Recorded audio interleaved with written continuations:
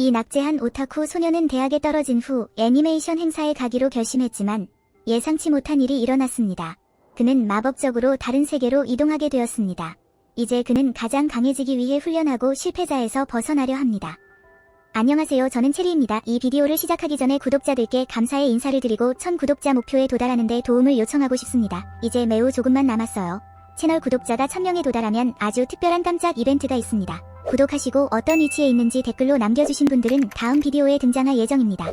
그럼 이제 이야기를 시작해 보겠습니다. 수정된 물건들을 정리하고 모든 준비가 되었는지 확인한 후 위아는 2D 테마파크를 보러 공항으로 갔다. 비행기를 타려고 할 때 그는 다른 세계로 이동되었다. 비행을 못하는 와이번이 위안을 거의 칠 뻔했고 그를 땅으로 던졌다. 거미 여인, 실라 쿠사카베, 팅커벨, 그리고 헤르미온느가 모두 그의 위에서 날고 있다. 상상할 수 없는 부하 하렘을 꿈꾸며 공상에 빠진 후 그는 국경 나라에 입학 시험을 이미 치렀는지 묻는 노인을 만났다. 당연히 위안은 모르고 있어서 노인은 그를 시험장으로 끌고 갔다. 시험장에서 심판들은 그에게 어떤 종류의 영혼 마법을 가지고 있는지 보기 위해 돌을 만지라고 말했다. 심판들에 따르면 그들의 두야 대륙에는 거의 무한한 마법 종류가 있다. 그러나 우리의 주인공 위안은 아무것도 가지고 있지 않아 실격 처리되었다. 그는 시험장을 나와 자신을 처음 끌고 온 같은 노인을 만났다. 노인은 절망적인 위안에게 그가 최고의 정원사가 될 수 있다고 말했다. 그의 재능? 식물 재배. 어쨌든 식물을 키우던 중 그는 여자를 따라다니는 몇 명의 남자를 보았고 그 여자가 그를 지켜보는 것을 알아채자 남자들에게 그를 쫓아가라고 명령했다. 그들은 그가 그저 비참한 쓰레기임을 알게 되자 그냥 두고 떠났다. 자신의 무력함에 고뇌하며 고민하던 중 노인이 다가와 요정에 대해 이야기해 주었다. 요정은 이 세상의 어떤 마법보다 뛰어난 존재라고 했다. 노인은 그에게 씨앗을 주었지만 전 세계를 여행한 후에도 그는 이 씨앗을 어떻게 키울지 몰랐다. 다행히도 위안은 씨앗에 새겨진 중국어를 읽고 쓸 수 있었다. 그는 다양한 기술로 여러 번 시도했지만 모두 실패했다. 마지막으로 그는 손을 베어 피를 떨어뜨렸다. 그래도 아무 일도 일어나지 않았다. 그날 밤 그는 같은 숲에 갔다가 자신을 쫓아오라고 명령했던 같은 여자가 다른 남자들과 노는 것을 보았다. 그 여자는 뱀파이어로 두 남자를 죽였다. 불행히도 위안을 알아챈 뱀파이어는 그도 죽였다. 죽기 직전 중국 제로2가 등장해 지옥에서 온 혈액 악마라고 소개하며 그의 목숨을 빼앗으려 한다고 말했다. 그러나 피요정은 그를 죽일 수 없어서 뱀파이어를 대신 죽이고 뱀파이어의 힘을 그에게 옮겨 되살렸다. 위안은 깨어나서 자신을 구해준 요정을 보고 그녀가 자기가 찾는 요정인지 물었다. 그러나 피요정은 농담을 받아들이지 않고 자신이 그를 구한 이유는 자신이 직접 죽이기 위해서라고 설명했다. 그녀는 그를 공격했지만 상처를 입었다. 그녀는 계속해서 위안을 공격했지만 피해를 입는 것은 그녀뿐이었다. 한 여자가 나타나 전설이 사실이라며 자신을 슈오이의 아카데미의 학장이라고 소개하고 그들의 관계를 설명했다. 학장은 위안에게 요정 안내서를 주고 손을 들어 올리라고 했다. 홀린 위안은 요정을 다시 씨앗 형태로 돌아가게 했다. 학장의 집에서 그녀는 위안에게 요정과 요정 안내서에 대해 설명해 주었다. 그녀는 자신이 요정 씨앗을 줄 유일한 방법은 그가 자신의 학생이 되어 아카데미에서 뱀파이어를 찾는 것이라고 말했다. 집에서 그는 책을 읽었고 요정 안내서가 나타나 요정에 대해 더 설명해 주었다. 그리고 드디어 요정에 대해 더 배우기 위해 아카데미에 갔지만 불량 학생이 그를 막으며 그의 마법 크리스탈을 집으라고 했다. 위안이 크리스탈을 집자 밝은 빛이 폭발했고 모두가 경악했다. 위안은 홀린 상태로 모두를 스캔하며 즉시 한 소녀에게 데이트 신청을 했다. 나중에 그는 자신의 능력에 대해 더 배우고 드디어 아카데미에서 훈련을 받기 시작했다. 불량 학생이 그에게 결투를 신청했다. 위안은 정말로 싸우고 싶지 않았지만 왕족의 마차가 나타나 결투를 요구했다. 결투는 매우 일방적이었고 위안이 또다시 승리했다. 그는 쓰러져 낯선 곳에서 깨어나 익숙한 얼굴을 보았다. 위안은 또 다른 세계에서 깨어나 그곳에서 만난 아이를 돌보았다. 그러나 어느 순간 불량배들이 나타나 그를 때렸다. 실제로 그는 현실 세계에서 깨어났고 요정 안내서는 그에게 그것이 요정 세계였으며 요정들은 한때 인간이었고 요정 세계가 그들의 전략이라고 말했다. 위안은 모페이를 확인하고 오해를 풀려 했지만 두 소녀가 그가 있던 방으로 들어와 증거를 가져오며 방해했다. 한 기사가 나타나 그들의 오늘 밤 계획에 대해 말했고 위안은 그것을 엿들었다. 그날 밤 수상한 사람이 그의 집 앞에 나타났으나 침입자로 오인해 그를 기절시켰다. 그 사람은 아침에 본 공주였고 공주는 같은 침대에서 깨어나 자신을 때린 사람을 발견했다. 그는 그녀에게 즉석 라면을 뇌물로 주었다. 그러나 공주는 밖에 누군가가 있다는 것을 알아차렸고 그들은 오후에 양호실에 들어간 두 여자였다. 그들은 공주를 찾고 있었다. 그들은 숨으려 했지만 들킬 뻔했을 때 딩위안이 그들을 포박하고 공주와 함께 탈출해 숨을 곳을 찾으라고 말했다. 그는 뱀파이어들과 맞섰고 모페이를 소환했다. 모페이는 두 명을 완전히 압도했지만 기사가 나타나 모페이와 싸웠다. 그러나 두 뱀파이어를 죽이고 자신을 왕이라고 부르며 전투는 계속되었다. 모페이는 분명히 열세에 있었다.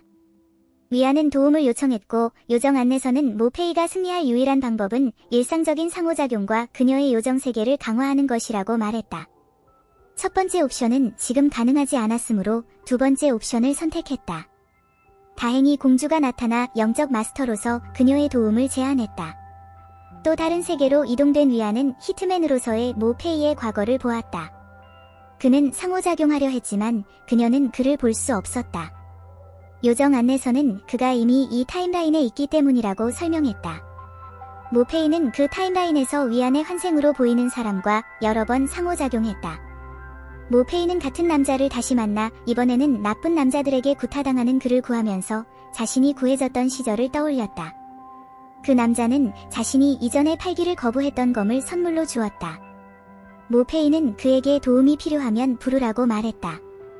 현실 세계로 돌아와 기사는 우리 소년을 죽이기 위해 기술을 발사했지만 모페이는 그녀를 구해 기사를 피해 덩굴로 묶었다. 다시 요정 세계에서 위안은 모페이가 자신을 볼 수 있는 방법을 찾으려고 노력했지만 다른 남자는 그를 볼 수 있었다. 위안은 그와 대면했지만 그 남자는 위안에게 모페이에게도 똑같은 일을 할 거냐고 물으며 그를 체크메이트하고 떠났다.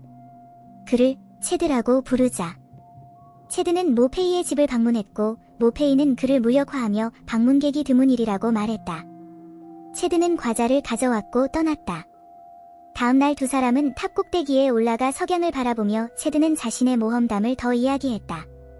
그는 모페이에게 함께 가자고 요청했다. 모페이는 다시 살인을 저질렀지만 꽃을 들고 있는 체드를 보고 검을 숨겼다. 그녀가 집에 도착했을 때 체드는 요리를 해주었고 그녀는 자신이 살인자라고 고백했다.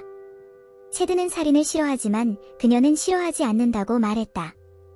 다음 일에서 그녀의 상사는 체드를 조심하라고 경고하지만 그녀는 이를 무시하고 일을 진행합니다. 모페이는 체드에게 해변에서 만나자고 요청했고 체드는 탑에서 만나기로 약속했습니다. 날이 다가왔지만 체드는 보이지 않습니다.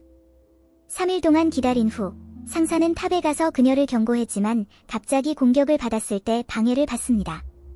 그녀는 반격하고 결국 공격자들로부터 구해준 소녀에게 배신당해 찔린 것을 발견합니다. 주모자는 바로 체드 자신입니다. 체드는 거짓말을 하고 모페이를 배신했습니다. 체드와 그의 요정들은 자신을 배신한 산적들을 학살하기 시작합니다. 모페이는 10초 만에 5단계의 슬픔을 겪고 공격했지만 실패합니다. 왜냐하면 체드는 요정들에 의해 보호받고 있었기 때문입니다.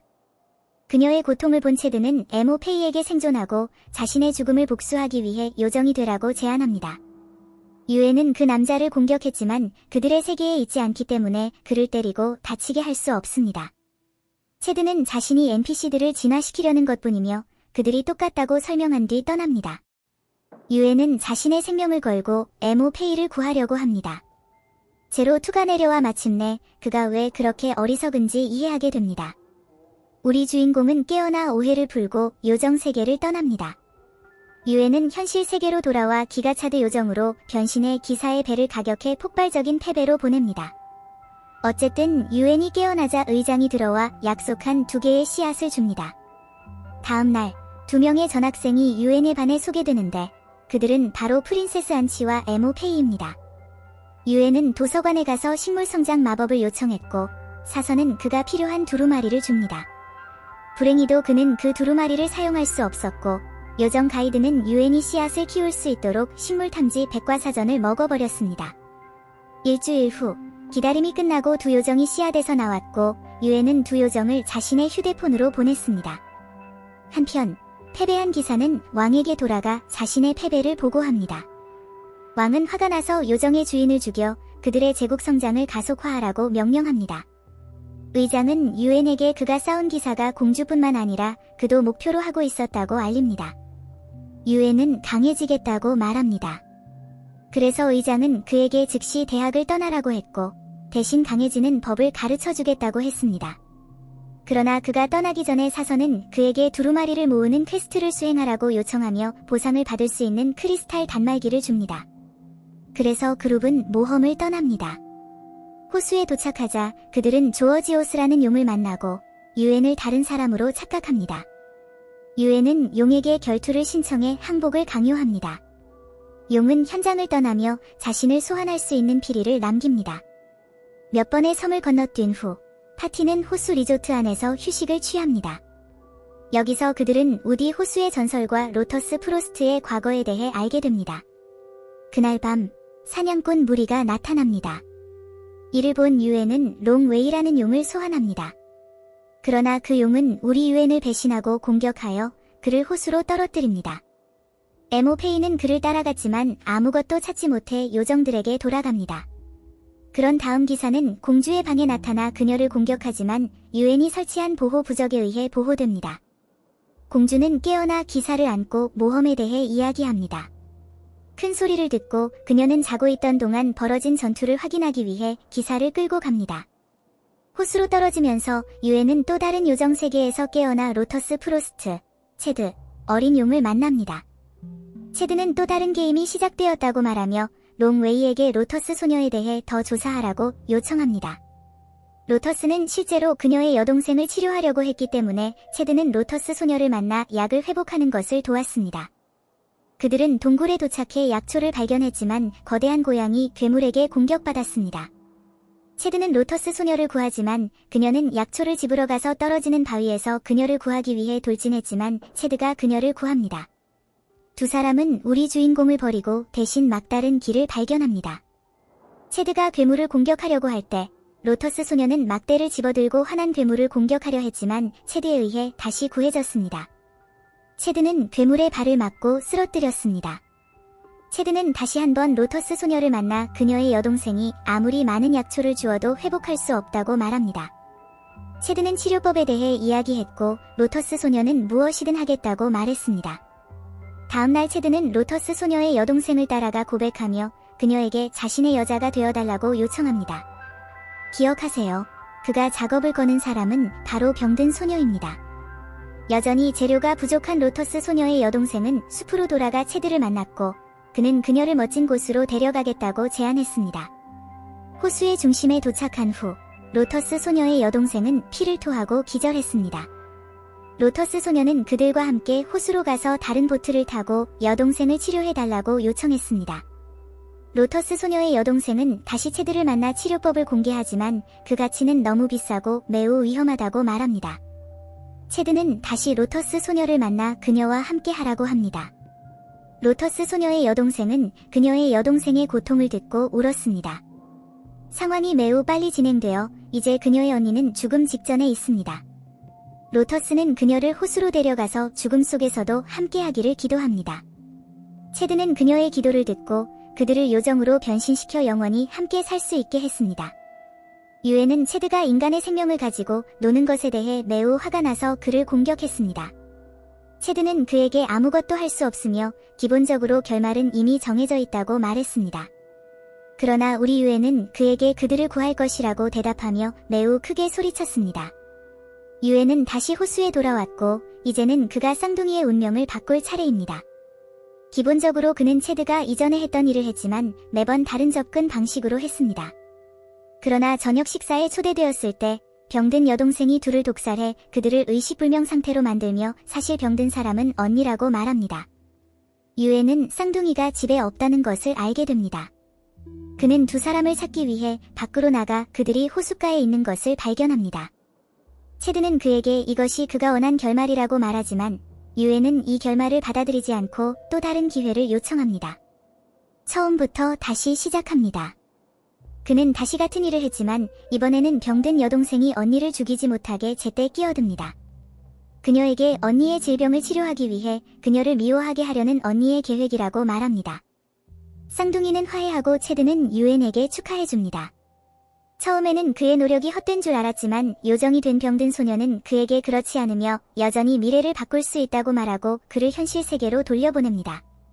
유엔은 물 위로 올라와 용 위에 올라타 기사 그룹을 공격합니다. 우리 유엔은 로터스 프로스트에게 안겨 또 다른 기가차드 요정으로 변신합니다. 유엔은 울트라 인스팅트 모드에 있으며 한쪽 편의 경기에 완전히 압도당한 상대를 인간 얼음 조각으로 만듭니다. 유감스럽게도 기사에게는 그의 갑옷 밑에 비장의 카드가 있습니다. 하지만 그것도 우리 유엔을 막지는 못합니다. 그에게도 비장의 카드가 있기 때문입니다. 그는 에모페이와 융합하여 로터스 프로스트와 함께 융합하여 힘을 더욱 증가시켰습니다. 기사는 그의 강력한 공격을 시도할 기회조차 얻지 못했습니다. 유엔은 그의 노벨 펜테점을 해제했지만 기사의 클론에 의해 반사되었습니다. 그래서 그는 에너지 볼을 충전했지만 기사를 보호하려는 공주에 의해 저지당했습니다. 기사는 죄책감을 느끼며 공주를 유엔에게 맡기고 떠납니다. 전투가 끝난 후 로터스 프로스트는 그녀의 여동생의 영혼을 보호하기 위해 파티를 떠납니다. 로터스 프로스트는 그녀의 여동생과 함께 거대한 꽃으로 변합니다. 에모페이는 유엔에게 자신의 내면 세계를 재건하는 것을 도와달라고 요청하고 그녀도 평화롭게 쉴 수 있게 됩니다.